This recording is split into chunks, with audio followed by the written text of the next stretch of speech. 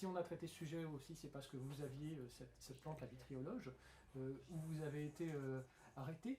Quel souvenir vous gardez des conditions de vie que vous aviez là-bas pourquoi est-ce que vous avez choisi déjà d'aller à vitriologe Parce que au tout début, en 83-84, on s'était fixé sur l'axe Bruxelles-Paris. Et suite à divers incidents dans la région, on a décidé de prendre notre axe. Donc on avait des structures tout le long de la route Poitiers-Paris. Donc Sully-sur-Loire, Vitriologe, Tours, Loches et Poitiers. Voilà. Et le fait, je crois, c'est Nathalie Ménigon qui avait de la famille un peu dans la région. À Ça vous a Issoudun. amené un peu À Issoudun, voilà. Dans un petit village à côté d'Issoudun. Non, ça n'a pas joué d'influence. Il nous fallait une base qui soit un peu éloignée de l'activité à Paris et pas trop. Donc c'était à une heure et quart par les petites routes.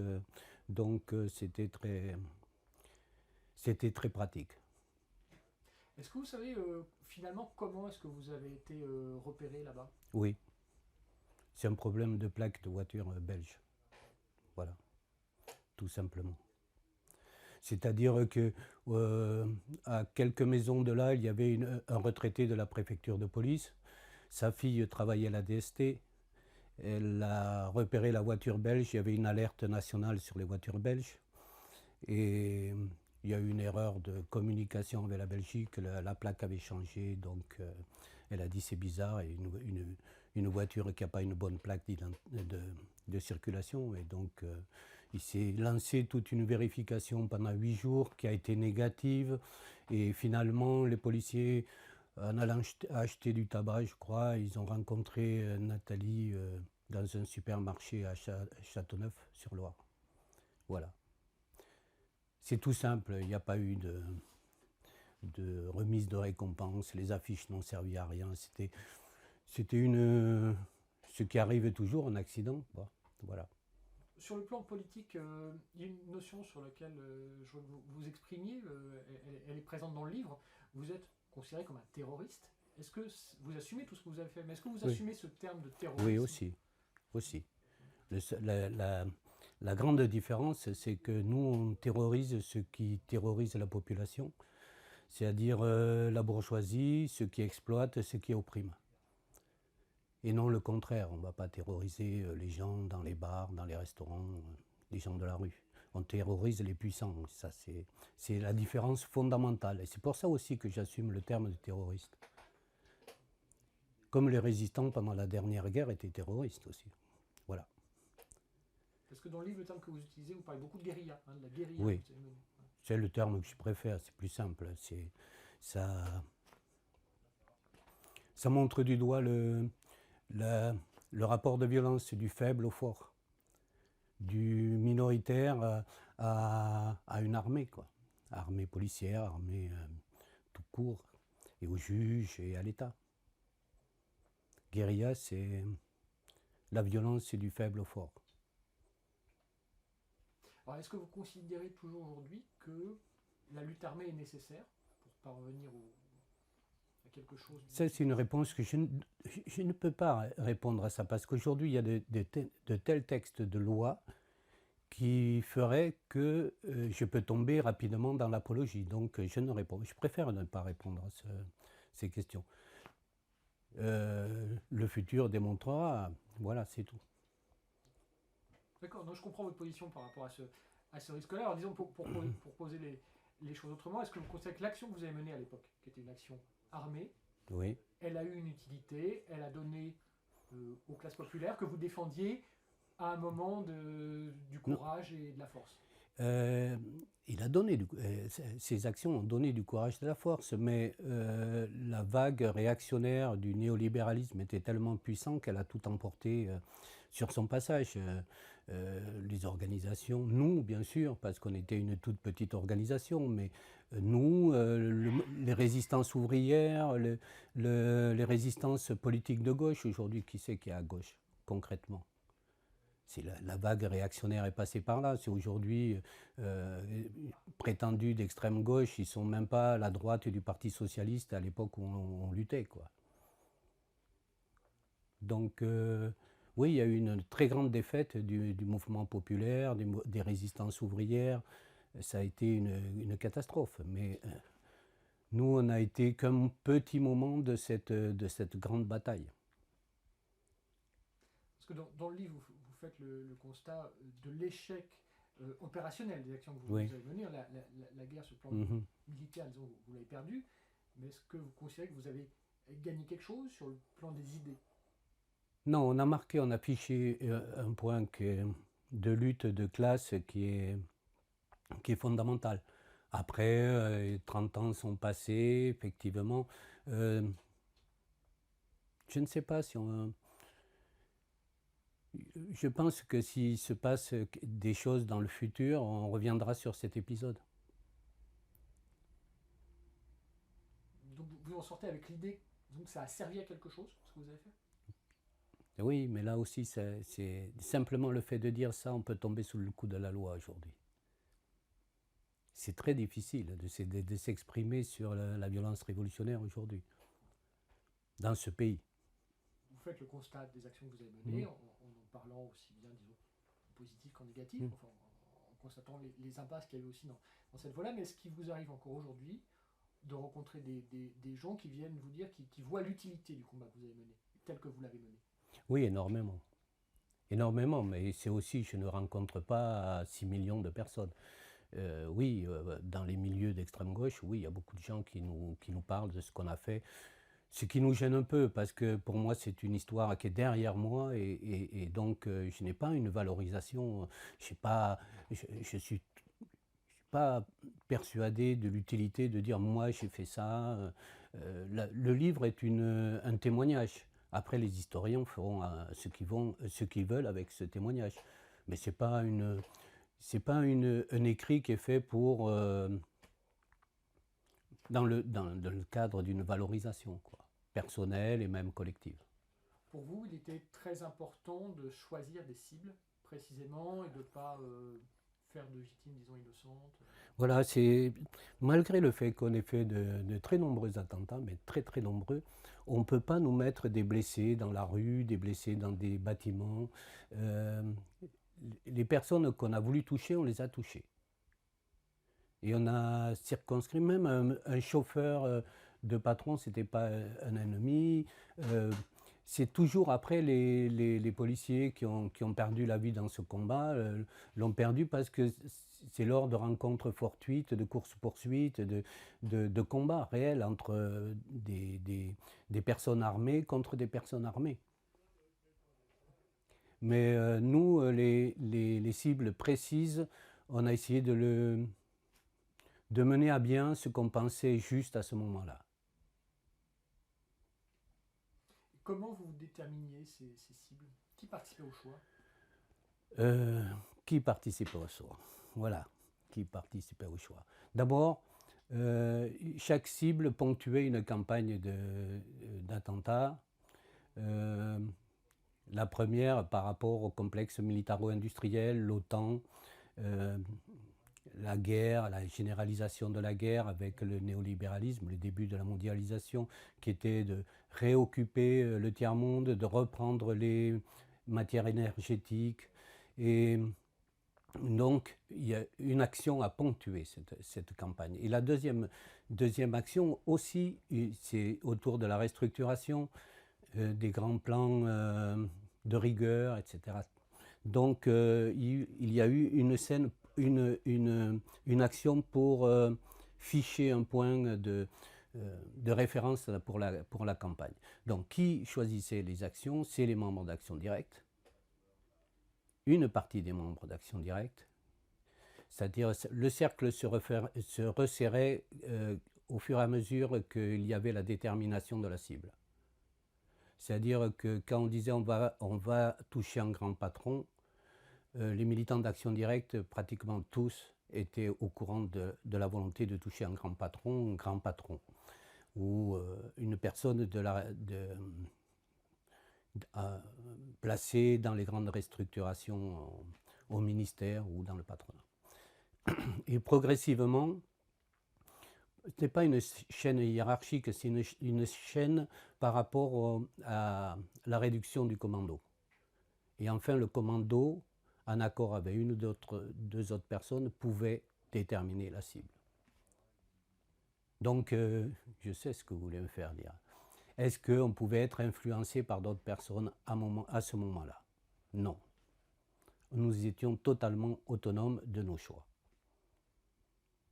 Oui, alors ça, je voulais y venir ultérieurement, mais puisqu'on est sur ce sujet-là, c'est-à-dire que, pour être concret, donc les gens qui étaient dans le commando, qui critiquaient l'action armée, étaient directement décisionnaires des cibles. C'était pas un autre cercle qui déterminait les cibles. Non. Ça fonctionnait comme ça. Exactement. Ouais.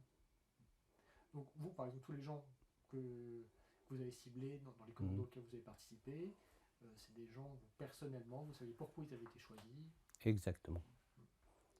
Non, non, il n'y a pas eu d'infiltration de l'information, de la détermination de la cible.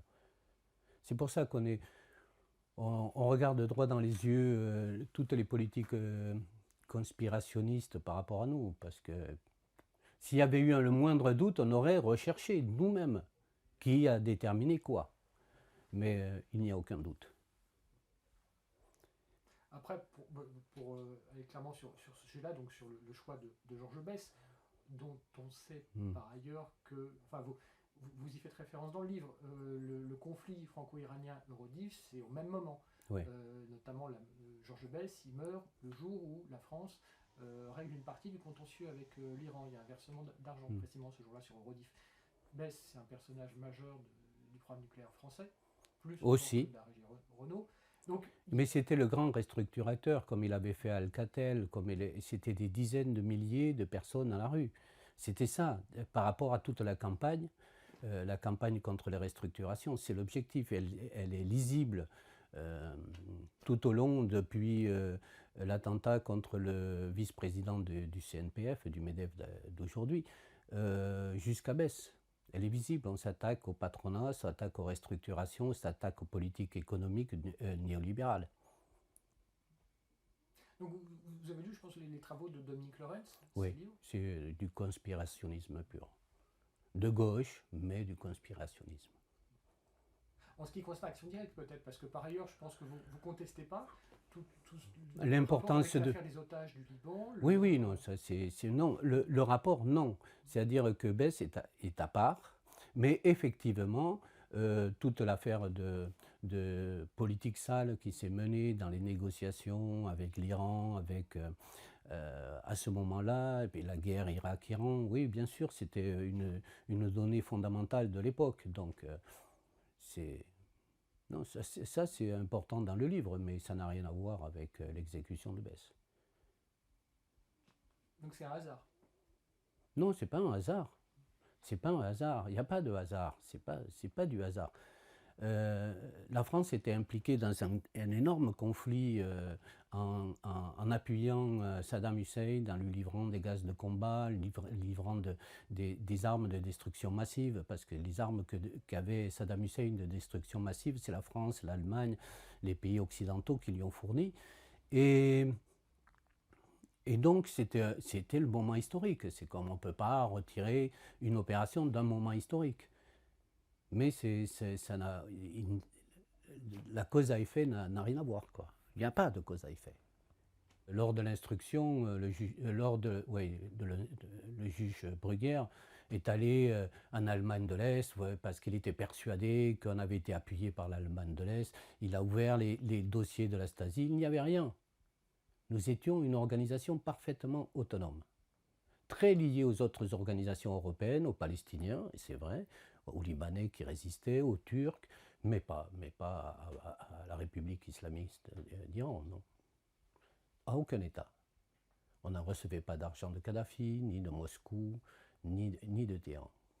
C'est une grande machinerie de contre-propagande, de dire oui, mais c'était des espions iraniens, oui, c'était des espions libyens. Tout ça, où ils ont été manipulés parce qu'on n'est jamais autonome.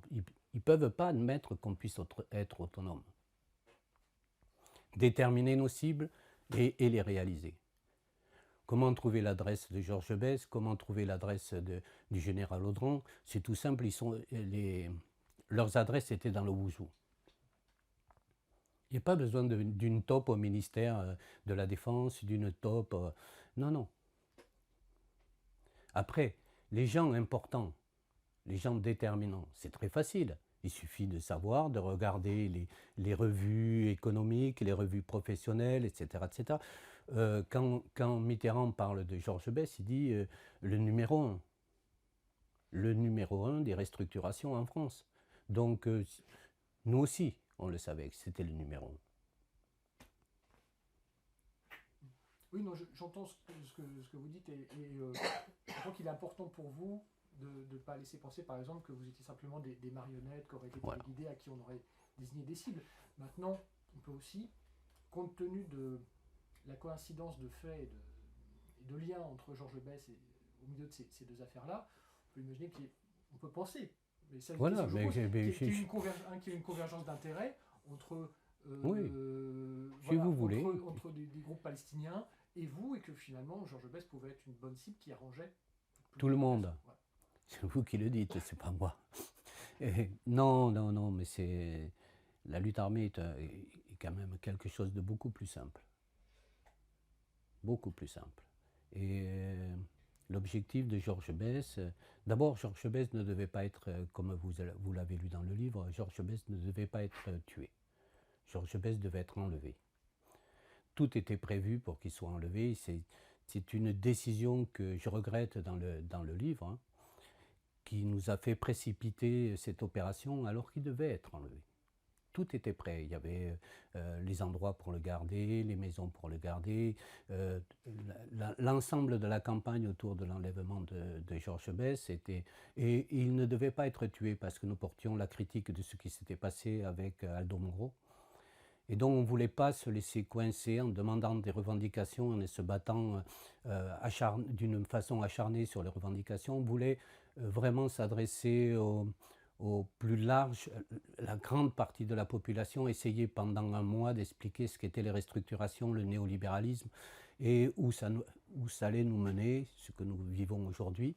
Et donc Georges Besse, aujourd'hui, aurait dû vivre si on n'avait pas fait des bêtises de politique, une bêtise politique, parce qu'il n'y a pas d'autre mot. On s'est trompé, et dans le livre, j'explique pourquoi on s'est trompé. Et je regrette qu'on n'ait pas pu mener cette campagne, parce que peut-être les choses auraient été un peu différentes par la suite. Si vous aviez décidé de l'enlever finalement, au lieu de le tuer, quel était le projet? Enfin, en quoi pour vous l'histoire d'Action Directe aurait pu être différente? Parce que ça aurait été une action qui serait passée pendant un mois, à un très haut niveau. On aurait été beaucoup plus sur nos gardes, beaucoup plus en relation avec l'environnement politique qu'on l'a été après l'affaire Besse. Qu'on a passé comme un point-virgule alors que